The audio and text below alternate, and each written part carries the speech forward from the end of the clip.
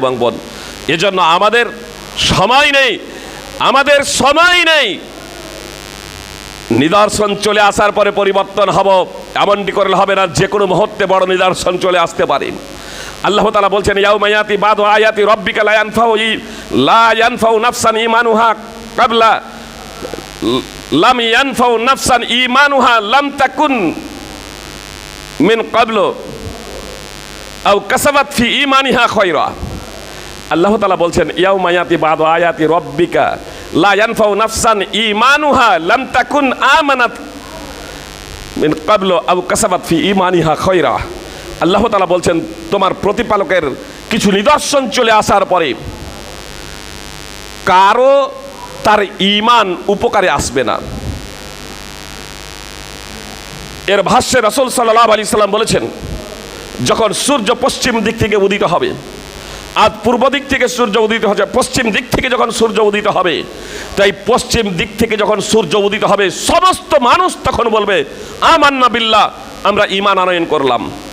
রাসূল সাল্লাল্লাহু আলাইহি সাল্লাম বলছেন, সেই ঈমান তখন আর কার্যকরী হবে না, সেই ঈমান আর গ্রহণযোগ্য হবে না। এমনকি যারা ঈমান আনয়ন করেছেন, খুব ভালোভাবে শুনুন, আও কাসাবাত ফি ঈমানিহা খায়রা, ঈমান তো নিয়ে এসেছে, নিজেদেরকে তো মুসলমান বলে, কালেমায়ে শাহাদাত পড়েছে, আশহাদু আল্লা ইলাহা ইল্লাল্লাহ ওয়া আশহাদু আন্না মুহাম্মাদান আবদুহু ওয়া রাসূলুহু, তারা পাঠ করেছে, কিন্তু ঈমান নিয়ে আসার পরে তারা ভালো কাজ করে না, তারা সালাত আদায় করে না, রমাদানের সিয়াম পালন করে না, সৎ কাজের আদেশ করে না বা সৎ কাজে বাধা দেয় না, অন্যায় অশ্লীলতা বর্জন করে না, গান বাজনা বর্জন করে না, অন্যায় অশ্লীলতা বর্জন করার লক্ষ্য এবং উদ্দেশ্যে অন্যায় দেখার পরে অন্যায়ের প্রতিবাদ করে না। এই ধরনের যখন অবস্থা যখন হবে, তখন মানুষ যখন ভালো কাজ যখন করবে না, আপনার ওই নিদর্শন এসে যাওয়ার পরে তারা এবার চাইবে তৎপরতার সহিত এবার আমরা ভালো কাজ করি। আল্লাহ তাআলা বলছেন, তখন আর ভালো কাজ কবুল হবে না। এজন্য সেই নিদর্শন আসার আগে আমাদের তৎপরতার সহিত ভালো কাজের প্রতি ঝাঁপিয়ে পড়তে হবে। সুপ্রিয় ভাতৃবৃন্দ, সূরা নাম 6 নম্বর সূরার 158 নম্বর আয়াত তাফসীর সহ দ্রষ্টব্য। শুধু নামাজ যথেষ্ট নয়, নামাজ, রোজা, কালেমায়ে শাহাদাত, নামাজ, রোজা, হজ, যাকাত, এগুলোকে বলা হয়েছে ইসলামের ভিত। সহিহ বুখারী হাদিস নম্বর 8 এবং সহিহ মুসলিম হাদিস নম্বর 16। আমি সাধারণভাবে আপনাদের কথাটা বলি যে এই যে আপনার পিলারগুলো দেখছেন, বুঝতে পেরেছেন, বুনিয়াদ পিলার, আপনারা এই বিল্ডিংটা যে দাঁড় করিয়েছেন, তো এর জন্য প্রথমত ভিত আপনাদেরকে দিতে হয়েছে। ভিত দেওয়াই শুধু যথেষ্ট না, ভিত দিয়ে ছেড়ে দিইনি, মসজিদের হেফাজত এবং তাকে উপযোগী করার লক্ষ্য এবং উদ্দেশ্যে দেওয়াল উঠিয়েছি, পিলার উঠিয়েছি, আপনার তারপরে ছাদ দিয়েছি, একে আরও সৌন্দর্যমণ্ডিত করার লক্ষ্য এবং উদ্দেশ্যে আপনার টাইলস, মার্বেল, রং, ফ্যান, পাখা ইত্যাদি সব কিছু আমরা অনেক কিছু ব্যবস্থা করেছি। শুধু ভিত স্থাপন করে ছেড়ে দেইনি না। কালেমায়ে শাহাদাত, নামাজ, রোজা, হজ, যাকাত, এগুলোকে বলা হয়েছে ইসলামের ভিত, এগুলোকে বলা হয়েছে ইসলামের ভিত। এইটুকুই ইসলাম না, বরং এগুলো ইসলামের ভিত। এবার আপনাকে ইসলাম যে একটা পূর্ণাঙ্গ মানব জীবন ব্যবস্থা, সেই পূর্ণাঙ্গ মানব জীবন ব্যবস্থায় আমাকে আপনাকে ইসলামটাকে সম্পূর্ণরূপে বাস্তবায়ন করার প্রচেষ্টা করতে হবে। এর জন্য সঠিকভাবে ইসলামটাকে বুঝতে হবে এবং জানতে হবে। আবু হুরায়রা রাদিয়াল্লাহু তাআলা আনহু বর্ণনাকারী, রাসূলুল্লাহ সাল্লাল্লাহু আলাইহি ওয়াসাল্লামের নিকটে একজন ব্যক্তি এসে বলল, আল্লাহ রাসূল, একজন মহিলা আছে, সে খুব নামাজ পড়ে, সে খুব রোজা রাখে, সে খুব দান খয়রাত করে, মানে ফরজ নামাজও পড়ে, ফরজ রোজাও রাখে, ফরজ যাকাতও আদায় করে, আর নফল নামাজও খুব পড়ে, নফল রোজাও খুব রাখে, নফল দান খয়রাতও খুব করে। ওয়া তুজি জিরানহা বিলিসানিহা, কিন্তু সেই মহিলাটা তার প্রতিবেশীকে জবানের দ্বারা কষ্ট দেয়। মুহাম্মদ সাল্লাল্লাহু আলাইহি সাল্লাম বললেন, হিয়া ফিন্নার, এই মহিলাটা জাহান্নামে যাবে, এই মহিলাটা জাহান্নামে যাবে। ইমাম মুসনাদ আহমদের হাদিস, ইমাম বুখারীর আদাবুল মুফরাদে এ প্রসঙ্গে আরো এসেছে, লা খায়রা ফিহা, এই মহিলার মধ্যে কোনো কল্যাণ নাই, এই মহিলার মধ্যে কোনো ভালাই নাই, মঙ্গল নাই। ওয়াহিয়া ফিন্নার, সে জাহান্নামে যাবে। নামাজ পড়েছে অনেক, রোজা রেখেছে অনেক, যাকাত দিয়েছে, দান খয়রাত করেছে অনেক, কিন্তু প্রতিবেশীকে কষ্ট দেয় বলে বলা হলো সে জাহান্নামে যাবে। রাসূল সাল্লাল্লাহু আলাইহি ওয়াসাল্লামকে আরো বলা হলো, যে আল্লাহ রাসূল একজন মহিলা নামাজ পড়ে, রোজা রাখে, দান খয়রাতও করে, কিন্তু খুব বেশি দান খয়রাত করতে পারে না। মানে ফরজ নামাজ পড়ে, সুন্নাত পড়ে, ফরজ রোজা রাখে, নফল রোজাও রাখে, কিন্তু খুব বেশি রাখতে পারে না। নফল নামাজ খুব বেশি পড়তে পারে না। গরিব মানুষ, বেশি দান খয়রাত করতে পারে না, অল্প স্বল্প দান খয়রাত করে। ওয়ালা তুজি জিরানাহা বিলিসানিহা, কিন্তু এই মহিলাটি তার কোনো প্রতিবেশীকে কষ্ট দেয় না। তো নবী সাল্লাল্লাহু আলাইহি সাল্লাম বললেন, হিয়া ফিল জান্নাহ, এই মহিলাটি জান্নাতি, এই মহিলাটি জান্নাতে যাবে। সুপ্রিয় ভাই এবং বোন, ওখানে একজন মহিলা অনেক নামাজ পড়লো, অনেক রোজা রাখলো, অনেক দান খয়রাত করলো, তারপরেও জাহান্নাম কেন? ইসলাম যে শুধু নামাজ, রোজা, হজ, যাকাতের মধ্যে সীমাবদ্ধ না। ইসলাম হলো একটা পূর্ণাঙ্গ মানব জীবন ব্যবস্থা। যেমন আল্লাহর হক আছে বান্দার উপরে, অনুরূপভাবে বান্দার সাথে বান্দারও হক আছে। মানুষের সাথে মানুষের ব্যবহার, মানুষের সাথে মানুষের আচার আচরণ, এই বিষয়টা ওই ইসলামের একটা অন্যতম বিষয়। আমি যদি আল্লাহ তাআলার সন্তুষ্টির জন্য কপালে ঘট্টা ফেলে দেই নামাজ পড়ে পড়ে, তাহাজ্জুদের নামাজ আদায় করব, কিন্তু আমার আচার ব্যবহারে চালচরণে আমার প্রতিবেশী তারা যদি সন্তুষ্ট যদি না হয়, অন্যায়ভাবে তাদের উপরে যদি জুলম নির্যাতন করি, তাদের ধন সম্পদ আত্মসাৎ করি, তাহলে জাহান্নামে যাওয়ার জন্য আমার এতটুকু যথেষ্ট। সুপ্রিয় ভাই, এজন্য আমি বলবো যে ইসলাম যে হচ্ছে একটা পূর্ণাঙ্গ মানব জীবন ব্যবস্থা, ইসলামকে পূর্ণাঙ্গ জীবন ব্যবস্থা হিসেবে গ্রহণ করুন। অবশ্যই আপনাকে নামাজ পড়তে হবে, কিন্তু নামাজ শুধু যথেষ্ট নয়।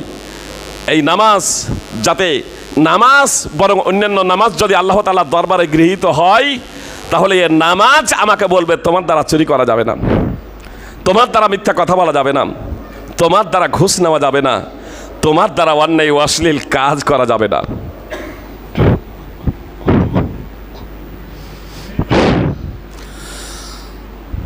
আলহামদুলিল্লাহ ওয়াসসালাতু ওয়াসসালামু আলা রাসূলিল্লাহ, আম্মা বাদ, ফাউযু বিল্লাহি মিনাশ শাইতানির রাজিম। ইন্নাল্লাহা ওয়া মালাইকাতাহু ইউসাল্লুনা আলান নবী, ইয়া আইয়ুহাল্লাযীনা আমানু সাল্লু আলাইহি ওয়া সাল্লিমু তাসলিমা। আল্লাহুম্মা সাল্লি আলা মুহাম্মাদ ওয়া আলা আলি মুহাম্মাদ কামা সাল্লাইতা আলা ইব্রাহিম ওয়া আলা আলি ইব্রাহিম ইন্নাকা হামিদুম মাজিদ। আল্লাহুম্মা বারিক আলা মুহাম্মাদ ওয়া আলা আলি মুহাম্মাদ কামা বারাকতা আলা ইব্রাহিম ওয়া আলা আলি ইব্রাহিম ইন্নাকা হামিদুম মাজিদ। আমি আপনাদের সম্মুখে আলোচনা করছিলাম যে ইসলাম হলো একটা পূর্ণাঙ্গ মানব জীবন ব্যবস্থা। অতএব এই ইসলামকে আমাদের পূর্ণাঙ্গ মানব জীবন ব্যবস্থা হিসেবে গ্রহণ করতে হবে। নামাজ অবশ্যই, এই নামাজের কথাটা আমি বারবার শুধু এজন্যই বলছি যে নামাজ ছেড়ে দিয়ে একজন মুসলিম জীবনে কল্পনা করা যায় না যে সে সৎ হতে পারে। আমরা জানি আত্মহত্যা করা মহাপাপ। নামাজি তো নামাজি, অনেক বেনামাজিও প্রশ্ন করে, ফাইজি সাহেব অমুক ব্যক্তি আত্মহত্যা করে, হয়তো তার জানাজার নামাজ পড়া যাব, তার জানাজার নামাজ পড়া যাবে। আমি শুধু শর্ট কথায় এতটুকু বলি, কোরআন এবং হাদিসের মানদণ্ডে তার নির্যাসটুকু বলি যে নামাজ না পড়াটা আত্মহত্যা করার চেয়েও বড় পাপ। জি, নামাজ না পড়াও বড় পাপ, আত্মহত্যা করাও বড় পাপ, আত্মহত্যা করাও মহাপাপ, নামাজ না পড়াও মহাপাপ। জি, তুলনা যদি করেন আত্মহত্যা করা কত বড় পাপ আর নামাজ না পড়া কত বড় পাপ, তাহলে আমি বলবো যে নামাজ না পড়াটা আত্মহত্যা করার থেকে বড় পাপ। পৃথিবীর কোনো বড় বিদ্বান এ কথা বলেন নাই আত্মহত্যা করলে ঈমান এবং ইসলাম বিনষ্ট হয়ে যাবে এবং কুফর এবং শিরক। নিঃসন্দেহে এটা মহাপাপ, নিঃসন্দেহে এটা বড় পাপ। কিন্তু আপনার নামাজ ছেড়ে দেওয়া, হাদিস দ্বারা এটা স্পষ্টভাবে প্রমাণিত যে নামাজ ছেড়ে দেওয়া কুফর এবং শিরক। এমনকি সৌদি ফতোয়া কমিটির মুফতিগণ বলছেন, ফতোয়া লাজনা দায়মা 2য় পাঠ 5ম খণ্ডের 43 পৃষ্ঠায়, কেউ যদি নামাজ না পড়ে তাহলে সে মুসলমানই থাকতে পারবে না, সে কাফেরে পরিণত হয়ে যাবে। এটা আলাদা প্রসঙ্গ যে আমাদের ভারতের অধিকাংশ ওলামায়ে কেরাম যদি ইসলামের কোনো বিষয়কে অস্বীকার না করে তাদেরকে মুসলমান গণ্য করে। সুপ্রিয় ভাই এবং বোন, ফল কথা, নামাজ ছেড়ে দেওয়া কত বড় অপরাধ, কত বড় অপরাধ। শাইখুল ইসলাম ইবনে তাইমিয়া রাহিমাহুল্লাহ, শাইখুল ইসলাম শব্দটা আপনার শেখ তো যাকে তাকে এরকম সাধারণত আমরা প্রয়োগ করে থাকি, শেখুল হাদিস ও মাদ্রাসার প্রধান শিক্ষকে আমাদের বলে থাকি, কিন্তু শেখুল ইসলাম এই উপাধিটা সাধারণভাবে বড় বড় মুহাদ্দিসদেরও বলা হয় না, কিন্তু মুহাদ্দিসিনে কেরাম শেখুল ইসলাম এই উপাধিটা শেখুল ইসলাম ইবনে তাইমিয়া রাহিমাহুল্লাহর জন্য ব্যবহার করেছেন। মাত্র পৃথিবীতে কয়েকজন উম্মতে মুসলিমার জন্য এই শব্দটি ব্যবহার করা হয়ে থাকে, তার মধ্যে শেখুল ইসলাম ইবনে তাইমিয়া রাহিমাহুল্লাহ একজন, যিনি কোরআন এবং হাদিসের মহাপণ্ডিত ছিলেন। তো শেখুল ইসলাম ইবনে তাইমিয়া রাহিমাহুল্লাহ তিনি বলছেন নামাজ ছেড়ে দেওয়া কত বড় অপরাধ, কত বড় অপরাধ। যে ব্যক্তি নামাজ পড়ে না সে ব্যক্তি আপনার গরু গাধা থেকেও নিকৃষ্ট। যে ব্যক্তি নামাজ পড়ে না সে গরু গাধা থেকেও নিকৃষ্ট। যে ব্যক্তি নামাজ পড়ে না সে চোর ব্যভিচার থেকেও নিকৃষ্ট। জি, শেখুল ইসলাম ইবনে তাইমিয়া রাহিমাহুল্লাহ এই ভাষাটি এখানে ব্যবহার করেছেন। এজন্য আপনাদেরকে বলবো নিজেও নামাজ পড়ুন, যারা অন্যরা নামাজ পড়ে না তাদেরকেও নামাজ পড়ার জন্য আপনাদেরকে প্র্যাকটিক্যাল ফিল্ডে তাদের কাছে যেতে হবে, তাদের কাছে পৌঁছাতে হবে, তাদেরকে আহ্বান জানাতে হবে। যদিও তারা খুতবার মাধ্যমে শুনছে, বারবার তাদেরকে প্রেসার দিতে হবে, বল প্রয়োগ করতে হবে। আর যদি নিজেদের অধীনে কেউ যদি থেকে থাকে অবশ্যই সেখানে বল প্রয়োগ করতে হবে। তার কারণ রাসূল সাল্লাল্লাহু আলাইহি সাল্লাম বলেছেন, ছেলের বয়স যদি 7 বছর হয়ে যায় নামাজের নির্দেশ দেবে, আর 10 বছর যদি হয়ে যায়, ছেলে বলতে শুধু ছেলেই নয়, মানে ছেলে মেয়ে সবাই, সন্তান সন্ততি, আপনার সন্তান সন্ততির বয়স যদি 10 বছর হয়ে যায় নামাজের নির্দেশ প্রদান করবে।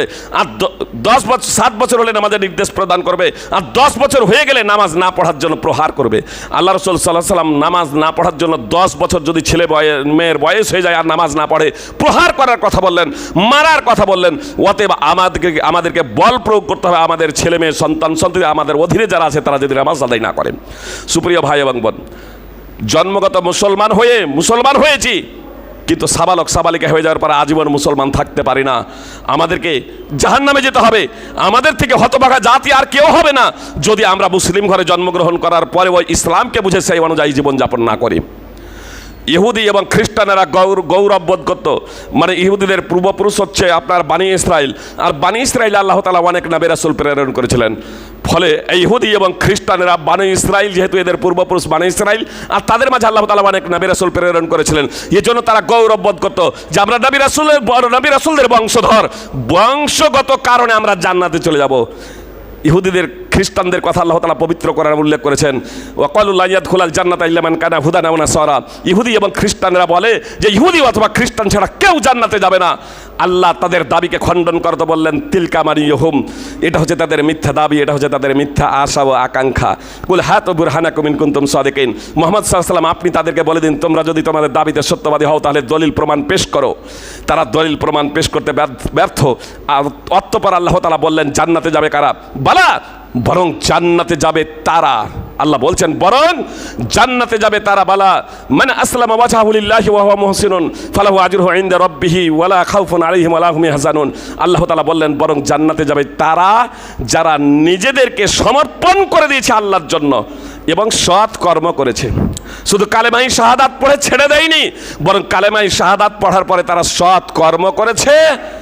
আল্লাহ বলছেন তাদের জন্য তাদের প্রতিপালকের কাছে প্রতিদান এবং পুণ্য রয়েছে, তারা ভয়ভীত হবে না, তারা দুঃখিত হবে না। সূরা বাকরা 2 নম্বর সূরার 111 এবং 112 নম্বর আয়াত।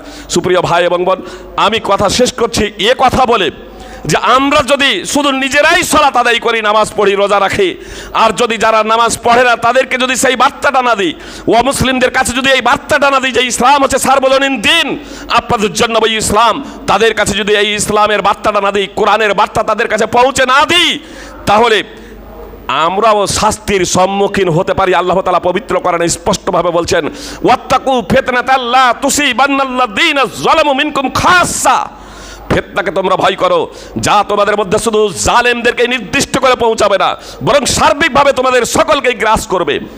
সূরা আনফাল 8 নম্বর সূরার 25 নম্বর আয়াত।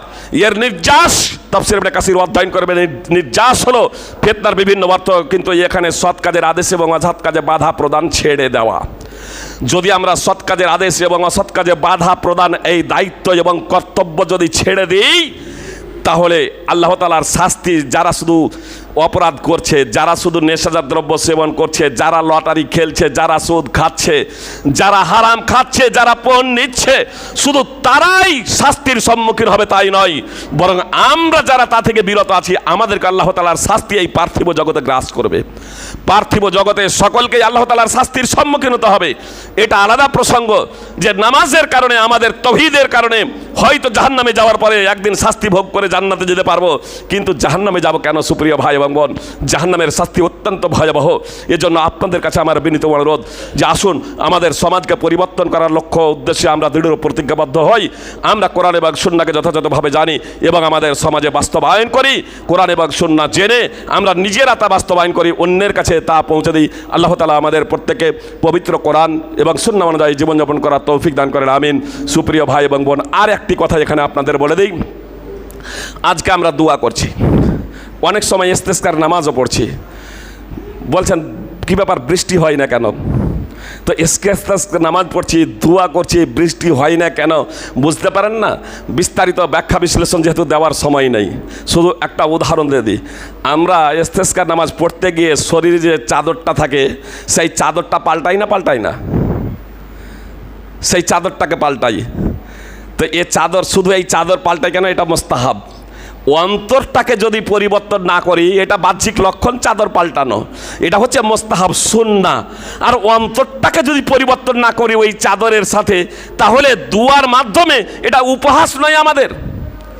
আমি চুরি করি, ডাকাতি করি, মিথ্যা বলি, সুদ খাই, ঘুষ খাই, নামাজ পড়ি না, আবার যাচ্ছি, আবার ওখান থেকেও ফিরে এসে আমি এই পরিকল্পনা নিয়ে যাচ্ছি আমি বেনামাজি ছিলাম, বেনামাজি থাকবো, আমি সুদ খেতাম, সুদ খাবো, ঘুষ খেতাম, ঘুষ খাবো, পণ নিতাম, পণ নিব, আমি অসৎ কাজে যুক্ত ছিলাম, অসৎ কাজ করব।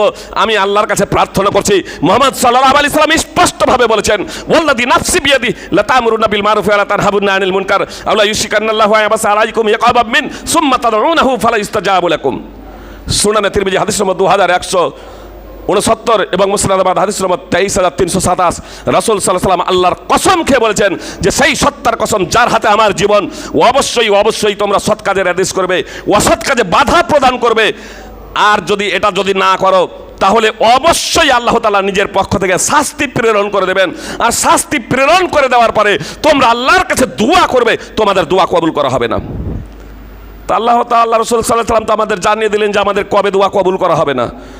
আমরা অহরহ অপরাধ করছি, সৎ কাজের আদেশ ছেড়ে দিয়েছি, অসৎ কাজে বাধা প্রদান ছেড়ে দিয়েছি। আমাদের সমাজ কুসংস্কার, অন্যায়, অশ্লীলতায় ভরে গিয়েছে। আর তারপরে আল্লাহর কাছে দোয়া করছি, আগে আমাকে পরিবর্তন হবে, আমার অন্তরটা পরিবর্তন করতে হবে, শুধু চাদর পাল্টে নয়। সুপ্রিয় ভাই এবং বোন, আসুন আমরা নিজেদের পরিবর্তন করি, নিজেদের অন্তরকে পরিবর্তন করি, আল্লাহ অভিমুখী হয়ে যাই, পবিত্র কোরআন এবং সুন্নাহ অনুযায়ী জীবনযাপন করি। আমিন। আকুলু কাউলি হাযা আস্তাগফিরুল্লাহ লি ওয়া লাকুম ওয়াল মুসলিমিন। ইবাদাল্লাহ রাহিমাকুমুল্লাহ, ইন্নাল্লাহা ইয়া'মুরু বিল আদলি ওয়াল ইহসানি ওয়া ইতা'i যিল কুরবা ওয়া ইয়ানহা আনিল ফাহশাই ওয়াল মুনকারি ওয়াল বাগই ইয়া'ইযুকুম লা'আল্লাকুম তাযাক্কারুন। ওয়াজকুরুল্লাহা ইয়াযকুরকুম ওয়াদউহু ইয়াস্তাজিব লাকুম ওয়া লাযিকরুল্লাহি তাআলা ওয়া আলা ওয়া আযযাম আকবার।